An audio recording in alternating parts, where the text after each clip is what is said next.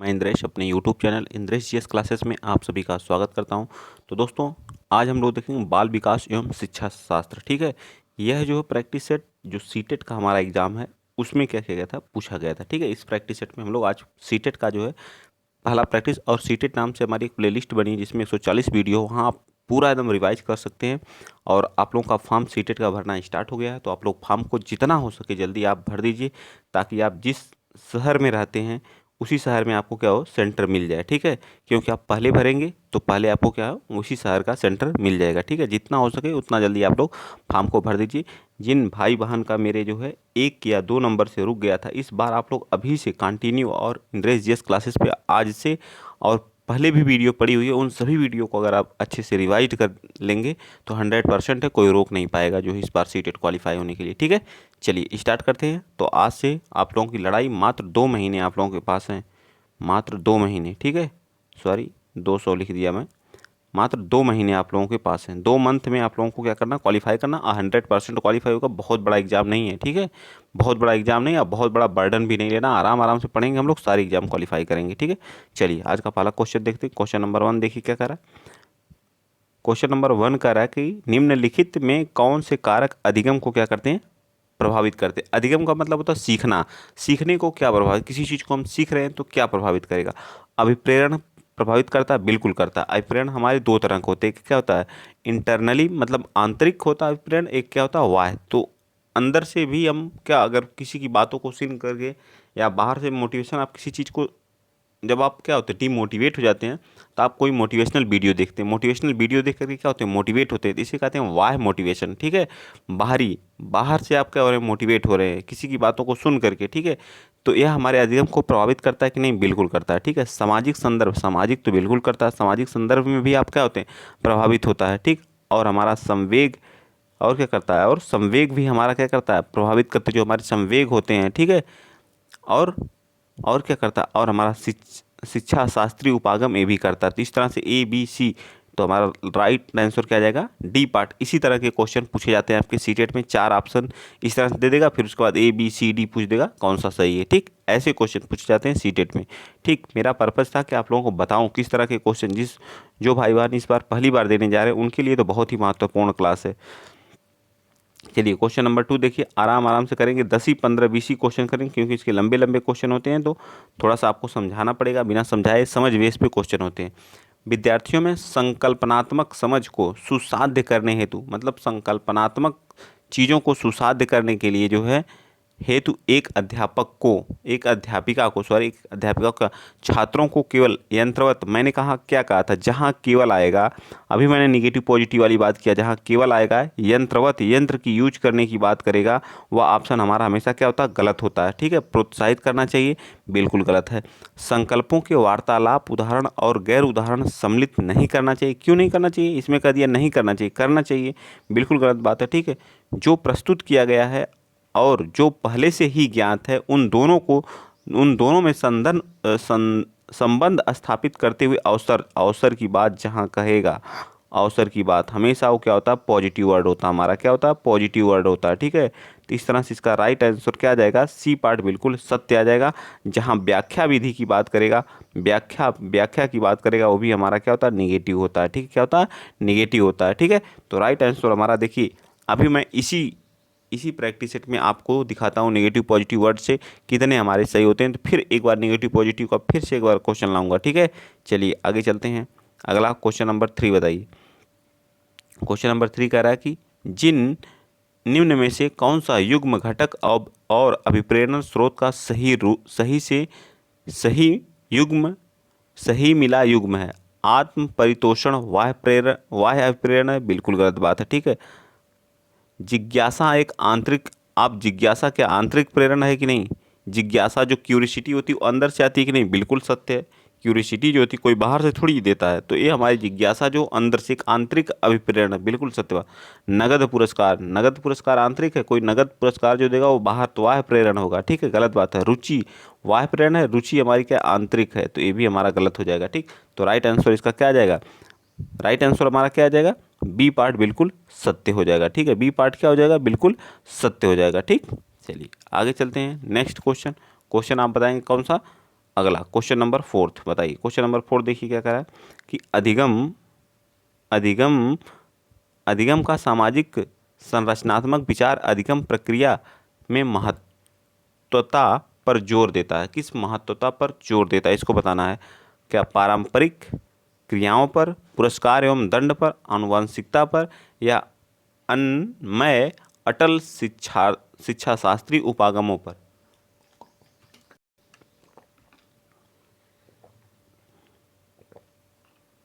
बता दीजिए आप लोग, इसका राइट आंसर क्या हो जाएगा। जो अधिगम का जो है सामाजिक संरचनात्मक विचार होता है, वह अधिगम प्रक्रिया के पारस्परिक क्रियाओं क्या करता है, महत्व देता है। तो राइट आंसर इसका ए हो जाएगा। पुरस्कार और दंड की भी बात नहीं करता, और ना ही आनुवांशिकता का, और ना ही अटल शिक्षा शास्त्री उपागम का। तो राइट आंसर हमारा क्या आ जाएगा, ए पार्ट बिल्कुल सत्य आ जाएगा। इस चीज़ पर जोर कौन दिया था, तो अल्बर्ट बंडूरा साहब ने। कौन दिया था, अल्बर्ट बंडूरा। ठीक है, कौन, अल्बर्ट बंडूरा। ठीक है, ये हमारे क्या थे, बंडूरा एक मनोवैज्ञानिक थे। ठीक है, अल्बर्ट बंडूरा साहब। ठीक, इनके अनुसार जो था अधिगम के लिए जो है अधिगमकर्ता एवं सामाजिक वातावरण के बीच क्या, सतत अंतःक्रिया। जो सीखने वाला है अधिगम करता है एवं सामाजिक वातावरण के बीच एक क्या हुई, सतत अंत मतलब कंटिन्यूअस अंतःक्रिया होनी आवश्यक है। ठीक, समझ में आ गया। चलिए आगे चलते हैं। नेक्स्ट क्वेश्चन आप बताएंगे कौन सा, विजुअल है कि नहीं ये बता दीजिए आप लोग। विजुअल है ना, चलिए चारों ऑप्शन भी आप लोगों को विजुअल है, सब कुछ विजुअल है। ठीक, अधिगम के संदर्भ में निम्न में से कौन सा कथन सही है। परीक्षाएं ही अधिगम का चरम लक्ष्य है। अधिगम एक निष्क्रिय प्रक्रिया है और इसमें जो अधिगमकर्ता की संलग्नता की जरूरत नहीं। तो ये देखिए क्या कर रहा है, निष्क्रिय प्रक्रिया है। अधिगम एक क्या है, सक्रिय प्रक्रिया। सबसे बड़ी बात तो आपको याद रखना क्या, अधिगम एक क्या है, सक्रिय प्रक्रिया है, निष्क्रिय प्रक्रिया नहीं है। ठीक है, जब तक स्टूडेंट क्या रहेगा, सक्रिय नहीं रहेगा, तब तक किसी चीज़ को सीखना मुश्किल होता है। तो ये निष्क्रिय शब्द हमारा क्या होता है, निगेटिव वर्ड होता है। ठीक है, याद रखिएगा। परीक्षाएं अधिगम का चरम लक्ष्य। जरूरी नहीं कि हर चीज़ें जो है उसका लक्ष्य सिर्फ क्या हो, अधिगम का चरम लक्ष्य हो। परीक्षाएं क्या होती हैं, सिर्फ जो हमारे एग्जाम्स होते हैं वही अधिगम सीखने का जो है क्या होते हैं, चरम लक्ष्य। तो गलत बात है, ये भी है। ठीक है, भावों का अधिगम प्रक्रिया पर कोई प्रभाव नहीं पड़ता है। क्यों नहीं पड़ता है, भाव का प्रभाव बहुत पड़ता है। तो ये भी हमारा क्या गलत है। ठीक है, अगला देखिए, कह रहा है कि अधिगम एक जटिल प्रक्रिया है जिसमें अधिगमकर्ताओं की सक्रिय संलग्नता होती है। बिल्कुल सत्य बात है। तो इसमें क्या, जहाँ सक्रिय शब्द आएगा वो हमारा क्या आ जाएगा, राइट आ जाएगा। ठीक है, सक्रिय, तो मैंने कितनी बार बताया कि सक्रिय शब्द हमारा क्या होता है, पॉजिटिव वर्ड होता है। ठीक है, नेक्स्ट चलते हैं। ये भी हमारा सीटेट के ही, ये सभी हमारे क्या सीटेट के क्वेश्चन है। ठीक है,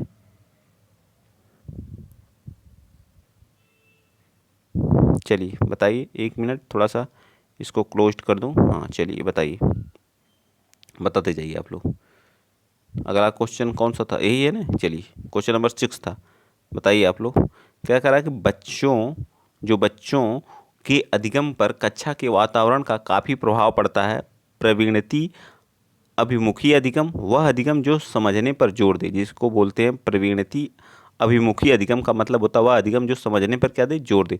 सांस्कृतिक को बढ़ावा देने के लिए कक्षा का वातावरण किस तरह होना चाहिए, मतलब सांस्कृतिक को बढ़ावा देने की जो आसपास की आपकी संस्कृति है उसको बढ़ावा देने के लिए वातावरण का जो है कैसा होना चाहिए। ठीक है, कक्षा का वातावरण कैसा होना चाहिए, बताइए। क्वेश्चन नंबर 6 के 4 ऑप्शन है, देखिए ए है, बी है और सी है या डी है। बताइए कौन सा सही है। तो क्या हो जाएगा इसका, सहकारात्मक एवं सहयोगात्मक होना चाहिए। अभिमुखी नहीं होना चाहिए, अध्यापक प्रधान तो कभी नहीं होना चाहिए, स्पर्धात्मक और व्यक्तिपरक ये भी नहीं होना चाहिए। अर्थात क्या होना चाहिए, सकारात्मक और कैसा होना चाहिए, सहयोगात्मक होना चाहिए। ठीक है, नेक्स्ट आ जाइए। क्वेश्चन नंबर आप बताएंगे 7th। क्वेश्चन नंबर 7वां क्या कह रहा है, जो प्राथमिक कक्षाओं में संकल्प अध्यापन हेतु विषय वस्तु को प्रस्तुत करने का कौन सा क्रम सर्वाधिक उपयुक्त है। बताइए, विषय वस्तु को प्रस्तुत करने का सबसे, इसी तरह के क्वेश्चन पूछे जाते हैं सीटेट में। बस लिखा रहता है लंबा, और समझने वाली बात है, अगर आप क्वेश्चन को समझ गए तो लगाना बहुत आसान होता है। ठीक है, लगाना क्या होता है, बहुत। जो प्राथमिक कक्षाएं होती हैं उसमें जो बच्चे होते हैं, छोटे छोटे बच्चे होते हैं, तो सबसे पहले आप क्या करेंगे उन्हें, बताइए क्या करेंगे, बता दीजिए। अध्यापन विषय वस्तु को प्रस्तुत करने का क्रम क्या होगा, सबसे पहले आप मूर्त सामग्री को, मूर्त का मतलब होता है प्रत्यक्ष चीज़ को क्या करेंगे, जिसको बच्चा टच कर सके, छू सके, उसको बोलते हैं मूर्त सामग्री। ठीक है, मूर्त सामग्री। सामग्री को क्या करेंगे, प्रस्तुत करेंगे उसके सामने। ठीक, फिर क्या है, उसको चित्र के माध्यम से सिखाएंगे। थोड़ा बड़ा हो जाएगा तो उसको क्या करेंगे, चित्र के माध्यम से सिखाएंगे। और थोड़ा और बड़ा हो जाएगा तो फिर उसको संकेत के माध्यम से सिखाना क्या करेंगे, स्टार्ट करेंगे। ठीक है, सबसे पहले लेकिन मूर्त सारी चीज़ों को टच कर सके, ठीक है, छू सके, छू के वो क्या कर सके, सीख सके। ठीक है, और फिर चित्र के, फिर उसके बाद संकेत के, तीसरा से राइट आंसर क्या आ जाएगा हमारा, डी पार्ट बिल्कुल सत्य हो जाएगा। सोचिए किस तरह के क्वेश्चन है, इसमें क्या पढ़ना है, सिर्फ प्रैक्टिस करना है। ठीक है, चलिए आगे चलते हैं। नेक्स्ट क्वेश्चन नंबर 8वां बता दीजिए। कह रहा समस्या समाधान कौशल को किस प्रकार बढ़ाया जा सकता है। उपकरणों सामग्रियों के परस्पर इस्तेमाल पर ध्यान दे करके, समस्याओं को मानक प्रारूपों में प्रस्तुत करके, समाधानों के वैकल्पिक तरीकों को मान करके, यंत्रवत याद करके। जहाँ यंत्रवत लिख देगा वो तो हमारा 100% क्या हो जाएगा, गलत हो जाएगा। समस्या समाधान कौशल को किस प्रकार बढ़ाया जा सकता है पूछा है, तो उपकरणों सामग्रियों को परंपरा इस्तेमाल पर ध्यान देकर के, ये भी समस्याओं के मानक प्रस्तुत को प्रारूप को, ये भी नहीं, समस्या समाधानों के वैकल्पिक तरीकों को मान करके, बिल्कुल सत्य है। ठीक है, समाधानों के इसी में से क्वेश्चन आपके फंस सकते हैं। ठीक है, ये सभी क्या है, PYQ ही हैं। ठीक है, चलिए आ जाइए नेक्स्ट चलते हैं। आप लोग बताइएगा सीटेट का चलाया जाए या यूपी टेट का। तो यूपी टेट की बहुत सारी क्लासेस हो चुकी हैं, तो आप लोग यूपी टेट भी पढ़ते रहिए। अधिगम अधिगम के 5 से 6 क्वेश्चन आने ही आने हैं। तो मेरे ख्याल से सबसे पहले आप लोगों का सीटेट ही हो जाएगा।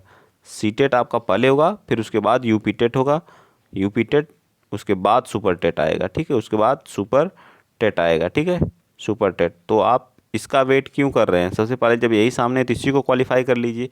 इसको क्वालिफाई कर लेंगे, अगर आप सीटेट क्वालिफाई होंगे तो डी ट्रिपल एस बी का भी फॉर्म भर सकते हैं। KVS का आ सकता है, नवोदय विद्यालय के आ सकते हैं। ठीक है, और आप हो सकता है अगर भगवान की दुआ रही तो बिहार का भी चांस मिल सकता है। ठीक है, बिहार का भी भरने का चांस मिल सकता है। बिहार का मिल जाए आप लोगों के लिए तो जन्नत है। ठीक, चलिए, क्योंकि वहाँ बहुत लंबी वैकेंसी आ रही है। चलिए बताइए, बच्चों को परंपरावार यह बोलने से कि वह अधिगम के लिए योग्य नहीं है, किस संभावना को बढ़ावा देता। अधिगम के योग्य नहीं है, यह बोलने से किस समस्या को बढ़ावा मिलता है, बताइए। तो जब आप बच्चे अधिगम के प्रति अनुत्प्रेरित होंगे और निष्प्रेरित हो जाएगा और अधिगम की गति तेज हो जाएगी। क्या इसे बोलने से अधिगम की गति तेज हो जाएगी, बिल्कुल गलत बात है। बच्चा अधिगम के प्रति अभिप्रेरित हो जाएगा, ये भी गलत बात है। ठीक है, और क्या कह रहा है कि बच्चे के अधिगम पर कोई प्रभाव नहीं पड़ेगा, ये भी गलत है। लेकिन बच्चा अधिगम के प्रति अनुत्प्रेरित और निष्प्रेरित, अगर आप बच्चे को बार बार कहेंगे को अधिगम के योग्य नहीं है, मतलब किसी चीज़ को सीख नहीं सकता है। आप कोई चीज़ समझा रहे हैं तो कुछ बच्चे नहीं सीख पाते हैं क्लास में जो है, तो आप अगर उन्हें कहेंगे कि बार बार कि तुम सीख नहीं पाओगे, तुम्हें आएगा ही नहीं कभी, जो तो बेचारा जो बच्चा होगा वो क्या होगा, जो अधिगम के प्रति क्या होगा, अनुत्प्रेरित होगा और निष्प्रेरित होगा। तो लेकिन ऐसा हमको कभी भी नहीं करना है, एक टीचर को ऐसा कभी भी नहीं करना चाहिए। तो इसका राइट आंसर क्या आ जाएगा, ये पार्ट बिल्कुल सत्य हो जाएगा। ठीक, चलिए आगे आ जाइए। क्वेश्चन नंबर कौन सा, 10वां क्वेश्चन नंबर 10th क्या कह रहा है कि अधिगम प्रक्रिया के बारे में निम्नलिखित में से कौन सा कथन गलत है, मतलब निगेटिव बताना है, गलत कौन सा इसको बताना है। इस बात को आप लोग पॉजिटिव और निगेटिव पर फोकस किया करिए। अधिगम एक निरंतर प्रक्रिया है, बिल्कुल सत्य है। अगर आप कंटिन्यूअस कहेंगे तो यह एक निरंतर है, लेकिन हमको गलत बताना है तो ये तो सत्य है। अधिगम प्रक्रिया में त्रुटि और गलतियों को अप्रासंगिक है। 10वां, तो अप्रासंगिक नहीं है, प्रासंगिक है, तो ये हमारा क्या है, इसमें ये गलत है। ठीक है, और क्या कह रहा है, अधिगम व्यक्तिगत एवं पर्यावरणीय कारकों पर आधारित है, बिल्कुल सत्य है। अधिगम चक्रीय रूप से होता है और अनुरेखीय से नहीं, बिल्कुल सत्य बात। लेकिन हमसे नेगेटिव पूछा तो नेगेटिव का आंसर क्या हो जाएगा, नेगेटिव, अर्थात बी पार्ट बिल्कुल सत्य हो जाएगा। क्या हो जाएगा, बी पार्ट बिल्कुल सत्य हो जाएगा। चलिए आगे चलते हैं। नेक्स्ट क्वेश्चन नंबर आप बताएंगे 11th क्वेश्चन नंबर 11वां क्या कह रहा है कि शिक्षा की समकालीन नीतियों के अनुसार दिव्यांग बच्चों की शिक्षा के लिए कौन सा मॉडल सुझाया गया। केवल व्यावसायिक शिक्षा, समावेशी शिक्षा, अलगावी शिक्षा या सम्मिलित एकीकृत शिक्षा। जो हमारे दिव्यांग बच्चे होते हैं उनके लिए कौन सा मॉडल सुझाया गया 11 का, जो समकालीन नीतियों के अनुसार जो दिव्यांग बच्चों के लिए शिक्षा के लिए समावेशी शिक्षा का क्या किया गया, सुझाया गया। कौन सी शिक्षा, समावेशी शिक्षा। समावेशी शिक्षा का मतलब होता है इसमें सभी तरह के बच्चे पढ़ सकते हैं, चाहे चाहे कौन से हों, सामान्य बच्चे हों, सामान्य बच्चे हों, ठीक है, सामान्य बच्चे हों, दृष्टि बाधित हों,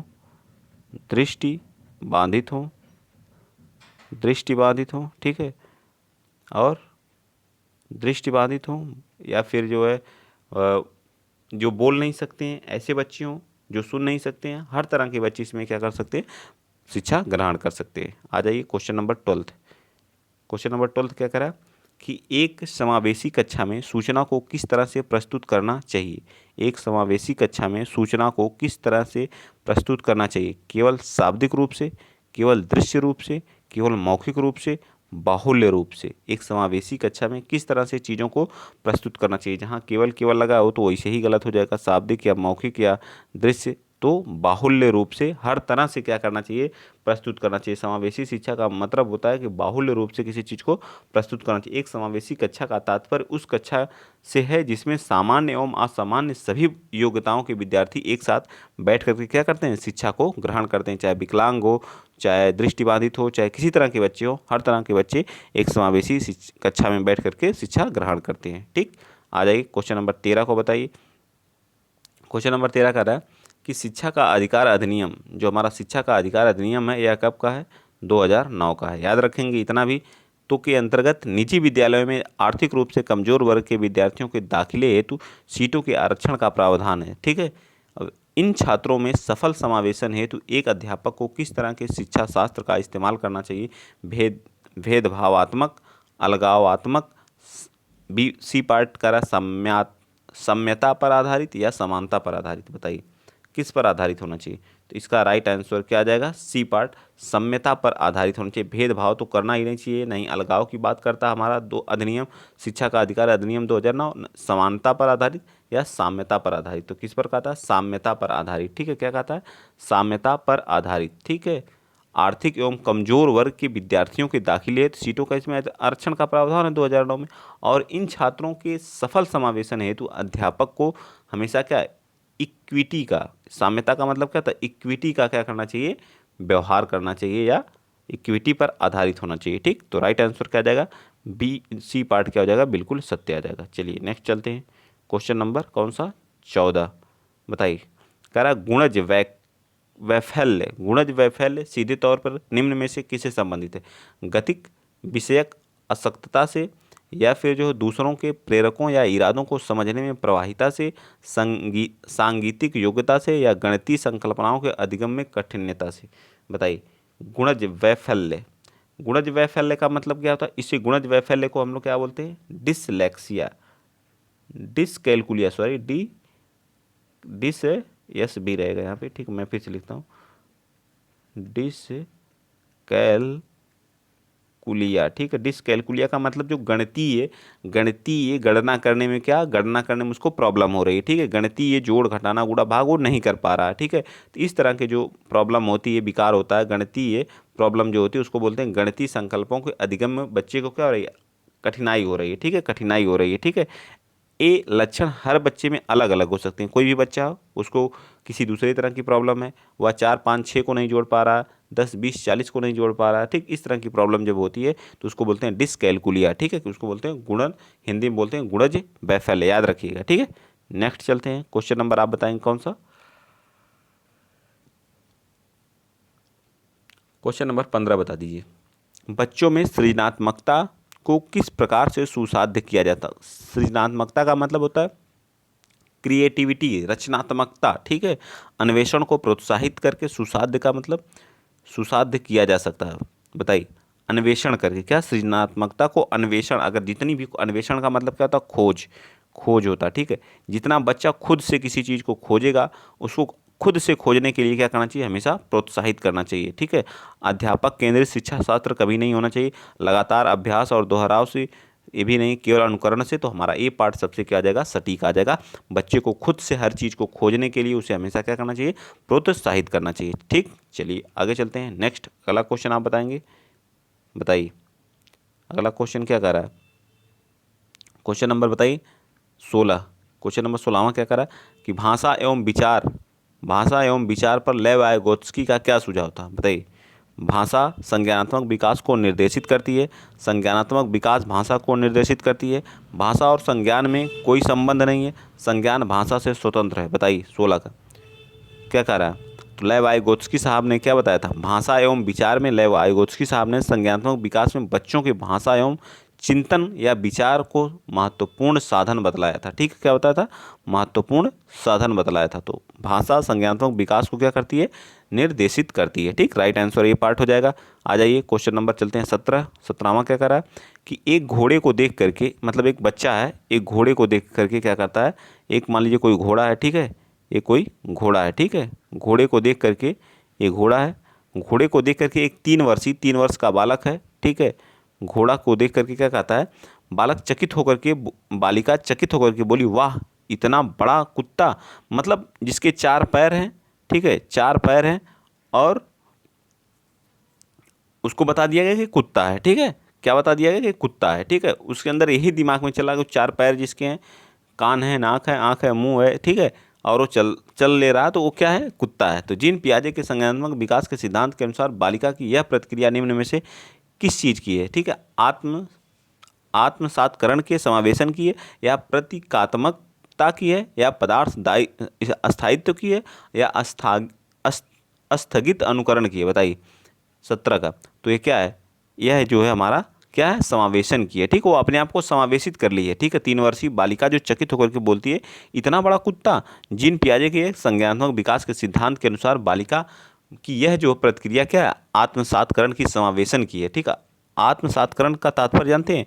पूर्व ज्ञान, मतलब पूर्व ज्ञान को नए नए ज्ञान के साथ जोड़ना। ठीक है, आत्मसातकरण का या समावेशन का मतलब जो पूर्व का ज्ञान था, मतलब उसको बता दिए कुत्ता है। ठीक है, तो उसने उसको, उसके 4 पैर हैं, तो उसको समझ के कि ये भी क्या है? कुत्ता ही है। ठीक है, मतलब पुराने ज्ञान को नए ज्ञान से क्या कर रही है? जोड़ दे रही है। ठीक है, इसी को बोलते हैं आत्मसातकरण। ठीक है, इस प्रक्रिया, इसमें जो क्या करता है आत्मसातकरण में, जो है इस प्रक्रिया में बच्चा अपनी, मतलब जो विद्यमान स्कीमा में क्या करता है, स्कीमा में नवीन अनुभवों को आसानी से क्या कर लेता है? समावेशित करता है। जो पुराना स्कीमा है उसको नए स्कीमा में क्या कर लेता है? कन्वर्ट कर लेता है। ठीक है, चलिए आगे आ जाइए। ठीक, अगर आप लोगों को वीडियो अच्छा लगा है तो प्लीज़ शेयर करिएगा और चैनल को भी सब्सक्राइब करिएगा। ठीक है, बता दीजिए क्वेश्चन नंबर 18 क्या कर रहा है। क्वेश्चन नंबर 18 कह रहा है कि निम्नलिखित कथनों में से बुद्धिमत्ता के बारे में कौन सा कथन सही है? बुद्धिमत्ता के बारे में, बुद्धिमत्ता बताइए। बुद्धिमत्ता को केवल बुद्धि लब्धि परीक्षणों द्वारा ही मापा जा सकता है? बिल्कुल गलत है। बुद्धि लब्धिता को सिर्फ बुद्धि परीक्षण द्वारा ही नहीं मापा। बुद्धिमत्ता जो है संबंधित व्यक्तिगत भिन्नताओं में आनुवंशिकता की कोई भूमिका नहीं थी, बिल्कुल रहती है, ये भी गलत है।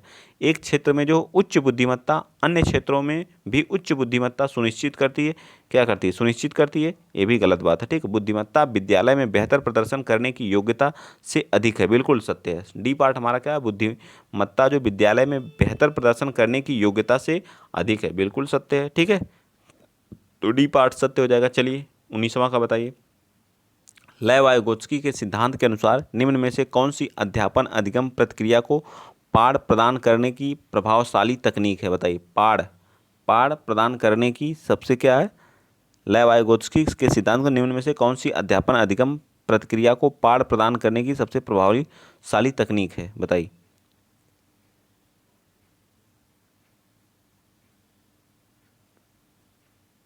ए part, B part, C part या डी पार्ट? समस्या के समाधान हेतु, यहाँ क्या रहेगा?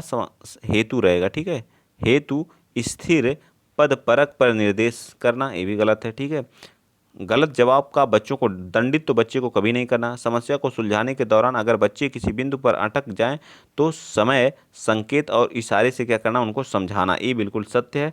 प्रक्रिया में अध्यापक का पूर्ण हस्तक्षेप होना, ये तो गलत है। ठीक है, तो उन्हें अगर कोई समस्या हो रही तो उस समस्या को समझाने के लिए उन्हें संकेत और इशारे देना बिल्कुल सत्य बात है। ठीक है, चलिए आगे आ जाइए। पाड़, पाड़ का मतलब होता है ढांचा। ठीक है, पाड़, बहुत लोगों को दिक्कत होगी, पाड़ का मतलब क्या होता है? ढांचा।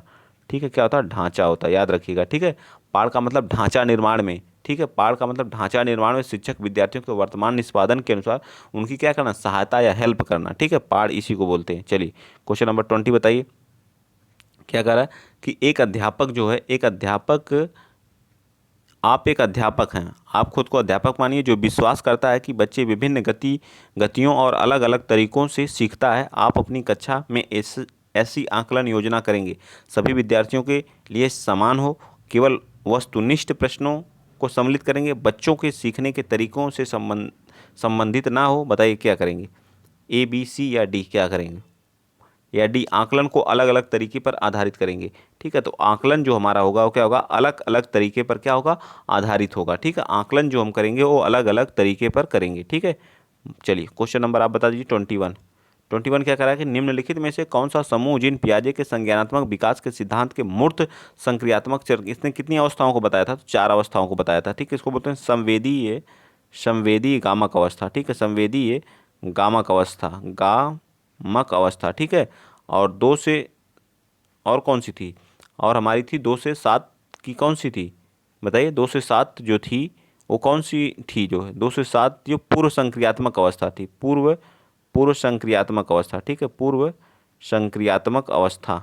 ठीक, इसको ये कहाँ से 2 से 7 थी, और जो हमारी मूर्त थी, जो मूर्त जिसको बोलते हैं मूर्त अवस्था जो थी वो 7 से 11 थी। ठीक है, 7 से 11 थी, क्या थी, 7 से 11 थी। लेकिन हमसे मूर्त संक्रियात्मक अवस्था चरण के समअनुरूप है, तो इसको बताइए आप लोग, यहाँ क्या होना चाहिए, ये 17 नहीं होना चाहिए, 7 से 11 होना चाहिए। क्या होना चाहिए, 7 से 11 होना चाहिए। तो इसका राइट आंसर क्या आ जाएगा, सी पार्ट बिल्कुल सत्य आ जाएगा। यही हमारा एक क्या होती है, औपचारिक अवस्था होती है जो 11 से ऊपर होती है। ठीक, तो यहाँ 17 नहीं होगा, 7 होगा। ठीक है, याद रखिएगा। चलिए सी पार्ट क्या हो जाएगा, बिल्कुल सत्य हो जाएगा। चलें आगे, चलिए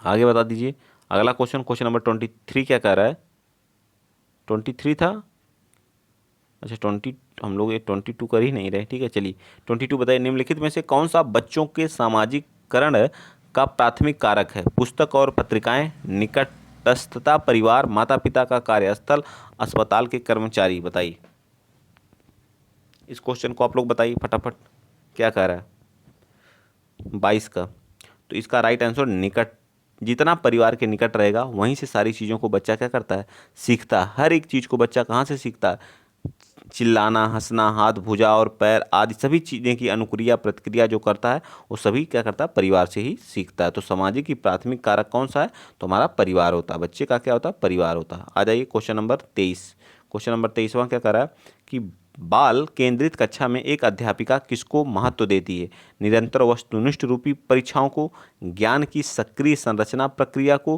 किसी भी तरह से पाठ्यक्रम के समापन को, दंड आधारित कठोर अनुशासन पद्धति को। तो दंड जहाँ दिया जाएगा वो तो गलत हो जाएगा।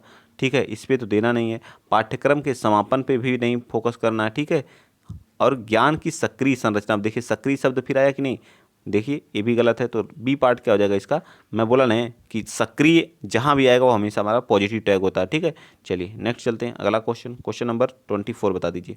क्रिकेट पर वार्तालाप के दौरान एक अध्यापक अधिकांशतः लड़कों से सवाल पूछ रहा है और लड़कियों से नहीं, लड़कों से मतलब गर्ल से, ये क्या आ जाएगा हमारा जेंडर, देखिए यहाँ जेंडर चीज़ें, जेंडर वाली बातें आ गई। ठीक है, अधिकांशतः क्या करता है, लड़कों से सवाल पूछ रहा है और लड़कियों से नहीं। अध्यापक की यह क्रिया किसका उदाहरण है, तो उसको पता है कि ये गर्ल्स और बॉय, तो अध्यापक क्या कर रहा है, थोड़ा लड़कियां क्या करती हैं, क्रिकेट को कम देखती हैं। ठीक है, लेकिन आज अब लड़कियां देखने भी लगी हैं, ऐसा नहीं कि नहीं देखती हैं। ठीक है, लड़के जो क्या करते हैं, क्रिकेट थोड़ा ज़्यादा देखते हैं, तो उनको ज़्यादा उसके बारे में, तो अध्यापक सोच रहा है कि लड़कों को क्रिकेट के बारे में ज़्यादा पता है, लड़कियों के क्रिकेट के बारे में नहीं है। तो ये जेंडर पक्षपात की बातें यहाँ कर रहा है कि नहीं कर रहा है ना, यहाँ जेंडर पक्षपात हो रहा है, बिल्कुल हो रहा है। तो हमारा राइट आंसर क्या आ जाएगा, बी पार्ट बिल्कुल सत्य हो जाएगा। यहाँ जेंडर पक्षपात की बात की जा रही है। ठीक है, हमको जेंडर पक्षपात नहीं करना है।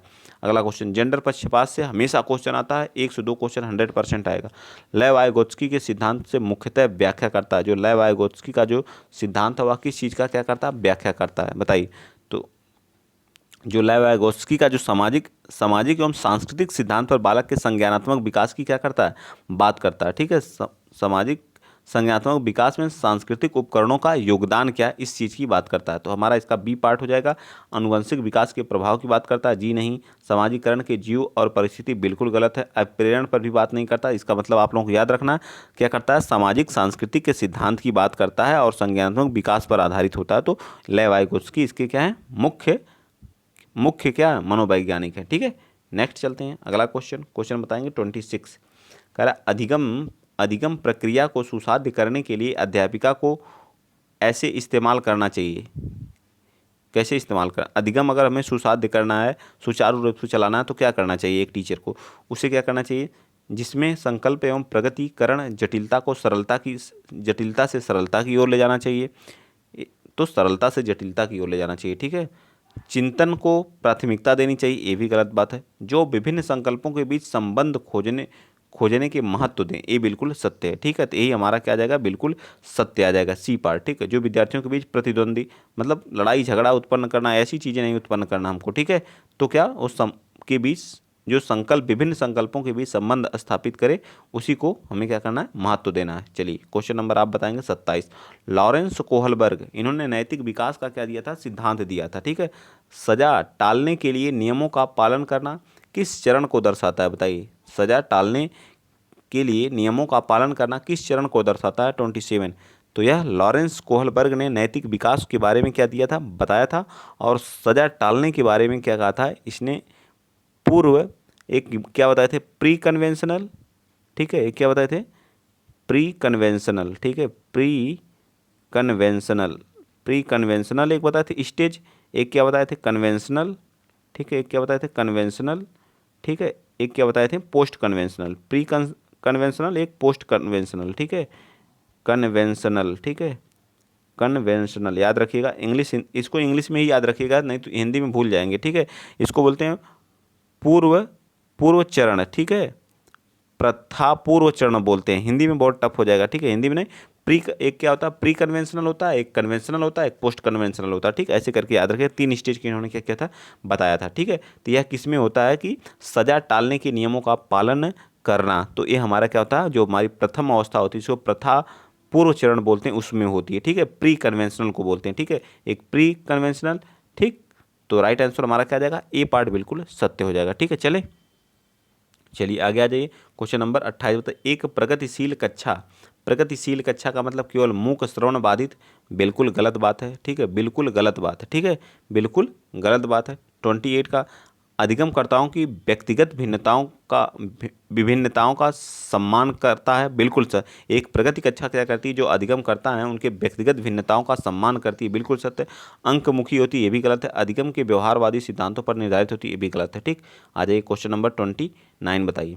क्वेश्चन नंबर 29 क्या कह रहा है कि बच्चों में भाषा विकास किससे प्रभावित होता है, केवल आनुवंशिकता से, केवल पर्यावरण से, आनुवंशिक एवं पर्यावरण दोनों से, ना आनुवंशिक से ना पर्यावरण। जो बच्चे का जो विकास होता है वो किससे प्रभावित होता है, तो यह बच्चे का विकास आनुवंशिक एवं पर्यावरण दोनों से क्या होता है, प्रभावित होता है। तो इसका सी पार्ट बिल्कुल सत्य हो जाएगा। आज का लास्ट क्वेश्चन आप लोग बताएंगे। अगर आप लोगों को अच्छा लगा वीडियो तो प्लीज़ वीडियो को शेयर करिएगा, चैनल को सब्सक्राइब करिएगा। संस्कृत और मैथ की CDP की क्लास लोग बोल रहे हैं, तो उसकी भी क्लास बहुत जल्द आप लोगों को देखने की मिलेगी। ठीक है, एक क्लास तो रोकना पड़ेगा, तभी एक दिन मैथ की जगह जो साइंस की चलती है वहाँ पे मैथ की दे दी जाए, CDP की। ठीक है, और कोई क्लास और संस्कृत की देखते हैं, डालते रहेंगे बीच बीच में, आप लोग देख लीजिएगा। ठीक है, ज़्यादा तो नहीं कर पाएंगे, लेकिन आप लोगों की अगर आप लोग कहें तो ज़रूर क्लास आएगी सबकी।